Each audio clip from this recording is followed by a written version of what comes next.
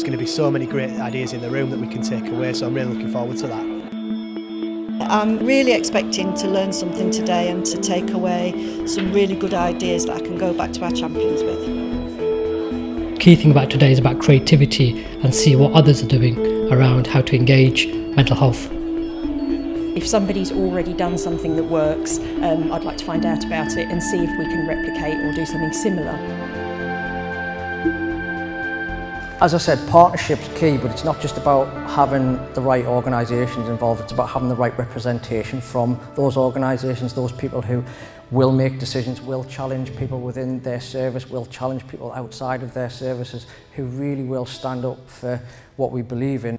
I think the most important thing around sustaining the hub is about having the right people involved, so working in partnership, not trying to do everything yourself, but also be realistic. It's great to be aspirational and want to achieve huge things right away, but let's be realistic in terms of what difference you can make and then kind of grow.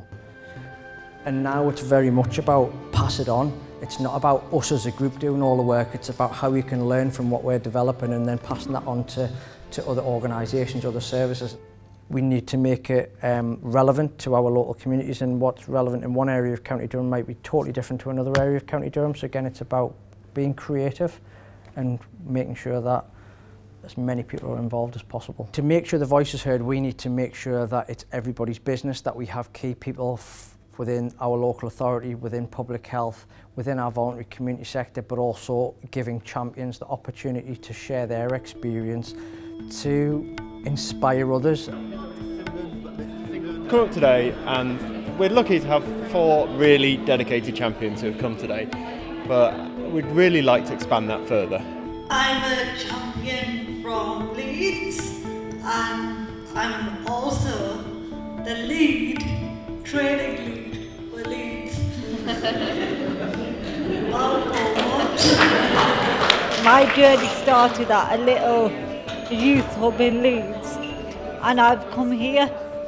If I didn't go to that counselling session at the marketplace in Leeds, I would not be stood right here today. Because if you'd have told me this 2 years ago, that being in a room full of people talking about my experiences, I'd be like, no, shut the front door. When I've had down days, it's the doing things like this has given me the boost to like carry on.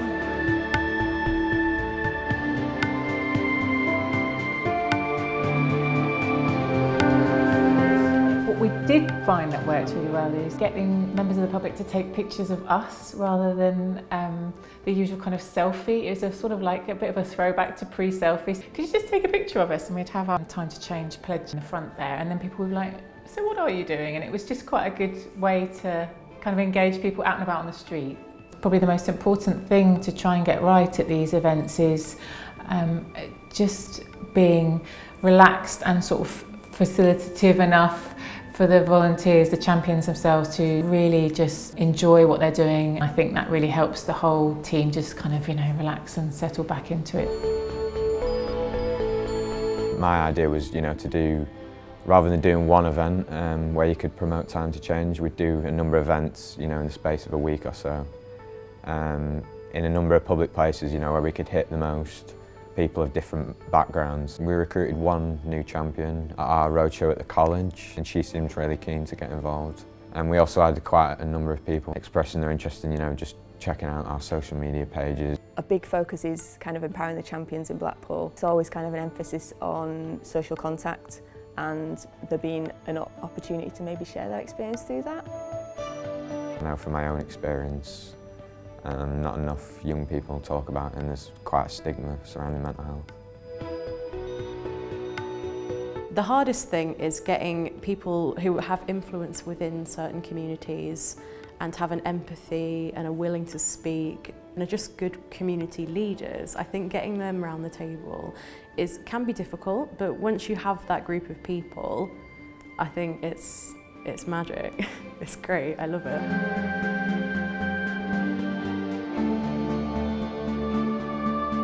When we went to the congregation, we first translated in Punjabi a small piece of text which I had prepared about the scriptures and what they say about mental health.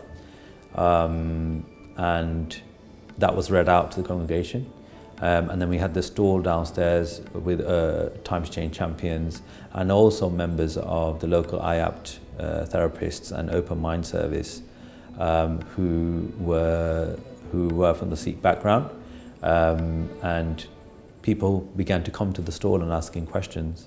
The reaction was probably 90% excellent. It's important to share a minute or two just to talk to someone and let people know that you're there.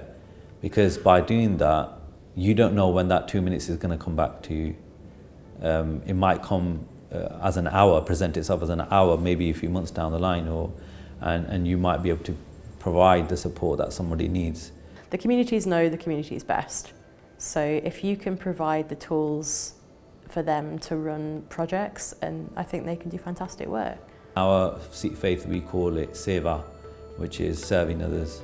And talking to someone is also or listening to someone actively is a seva as well.